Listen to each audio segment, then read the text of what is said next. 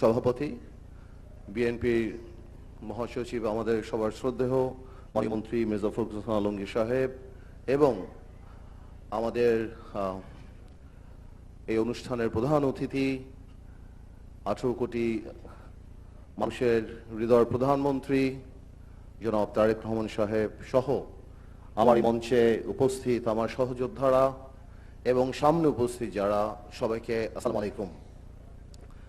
আমি বক্তৃতা একদমই বড় করব না, আমি শুধু কথা বলি যে আজকে 4 তারিখ, আমার কাছে এই 4 তারিখটা অগস্ট মাসের অনেক বেশি গুরুত্বপূর্ণ। কারণ আজ থেকে 2 বছর আগে ঠিক এই 4 তারিখেই আওয়ামী লীগ তার পলিটিক্যাল আইসিইউতে ঢুকে গেছিল, আপনারা যদি মনে রাখেন। আইসিইউর কথা আমি এই জন্য বলছি, আইসিইউ এমন একটা জায়গা যেখানে আপনি যখন ঢুকে যান, কোনো রোগী যখন মুমূর্ষ অবশ্যই আইসিইউতে ঢুকে যায়, তখন সবার আগে তার নিকট আত্মীয় স্বজনদের টেলিফোন নাম্বার রাখা হয়, যে কোনো অ্যাক্সিডেন্ট হয়ে গেলে তাকে জানি দিয়ে দেওয়া যায়। সেই মৃতপ্রায় আওয়ামী লীগের সেই অ্যাড্রেসে লেখা ছিল ভারতের নাম্বার, সেখানে তারা চলে গিয়েছিল, তার পরের দিনই আপনাদের স্মরণে আছে। আওয়ামী লীগের কথা মনে রাখতে হবে, জামাত ইসলামী অন্যদের কথা বলতে বলতে আমরা জানি আসল ভিলেনের কথা ভুলে না যাই, যারা বাংলাদেশের সিস্টেমকে আপডেট করেছে, যারা 17 বছর আমাদের ঘুমাতে দেয় নাই, যাদের অত্যাচারে এই জুলাই এসেছে। জুলাই নিয়ে আমি একটা কথা বলবো, আমরা অনেকেই বলেছি জুলাই যোদ্ধা জুলাই যোদ্ধা। আমি আসলে পার্লামেন্টে এই নিয়ে অনেক কথা বলেছি, আপনারা দেখেছেন। বলে আমি এতটুকু বলি, ওনারা তো জুলাই বিক্রি করতে হবে, বিকজ জুলাই ছাড়া আমরা এখানে যারা বসা আমাদের সবার পরিচয় আছে, কিন্তু জুলাই ছাড়া তো তাদের কোনো পরিচয় নাই।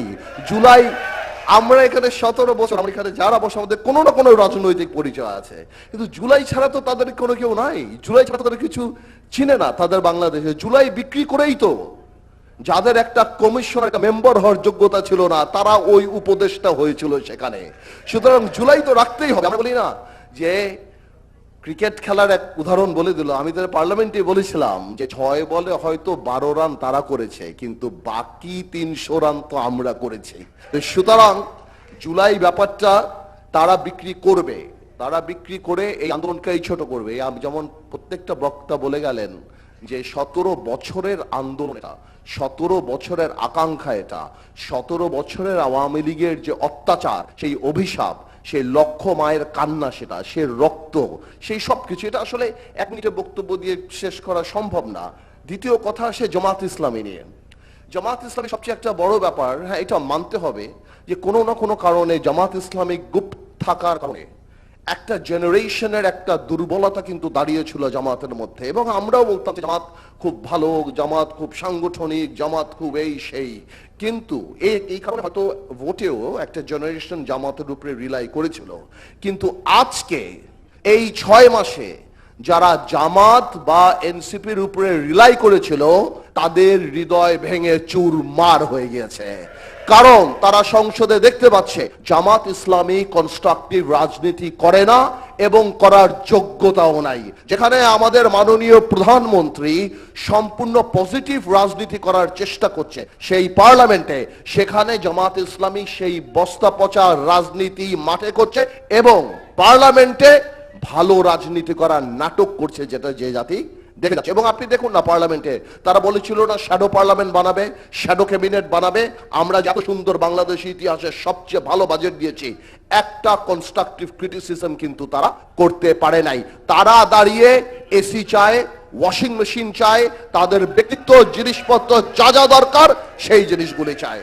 ভাইয়ের আমার কথা আমি পারবো না, আমি খালি এতটুকু বলছি, আমাদের একটা জিনিস মাথায় রাখতে হবে, আমাদের মাননীয় প্রধানমন্ত্রী সহ যারাই বললেন যে উস্কানিতে পড়া যাবে না, তবে এটাও তো বাস্তব যে গণতন্ত্র আর সামাজিক রীতিনীতির এর মধ্যে একটা লাইন আছে। এবং যেখানেই সামাজিক রীতিনীতি, স্পেশালি ঢাকাতে যে টলারেন্স লেভেল মানুষের, এই ইঞ্জিনিয়ারিং ইনস্টিটিউটে যে টলারেন্স লেভেল মানুষের, আমার ভোলাতে, আমার গ্রামে বা বগুড়ায় না, বগুড়াতে আপনাকে অপমান করে ফিরে আসা অনেক কঠিন ব্যাপার মাননীয় প্রধানমন্ত্রী, এটা সহজ না। এই কালচার পরিবর্তন করলে সবাই মিলেই পরিবর্তন হবে। আজকে তারা যে কালচারে চলে যাচ্ছে, এটাতে আমাদের সামাজিক অ্যাওয়ারনেস বাড়াতে হবে, যাতে রাজনীতিতে এই কালচার থেকে তারা ফিরে চলে আসে। কারণ বাংলাদেশে এই গালিগালাজের কালচার আমরা রাজনীতিতে আগে কোনোদিন দেখি নাই। আমি আপনাদের সবাইকে ধন্যবাদ জানাচ্ছি এবং শুভেচ্ছা জানাচ্ছি যে এই গণতন্ত্রের অর্জন আমাদের সবারই অর্জন, আমরা সবাইকে নিয়ে করতে চাই এবং এটা বিক্রি করে আমরা আগামীতে চলতে চাই না, বরং আমার এক ভাই যে বলে গেল এই আকাঙ্ক্ষাকে আমরা জীবিত রাখতে চাই এবং আমরা প্রমাণ করতে চাই যে এই শহীদ রাষ্ট্রপতি জিয়াউর রহমানের পাশে থেকে বাংলাদেশ ঠকেনি, আমার দেশ নেত্রী খালেদা জিয়ার পাশে থেকে বাংলাদেশ ঠকেনি, আমার প্রধানমন্ত্রী তারেক রহমানের পাশে থেকেও বাংলাদেশের জনগণ ইনশাআল্লাহ বাংলাদেশ করবে না। সবাইকে ধন্যবাদ।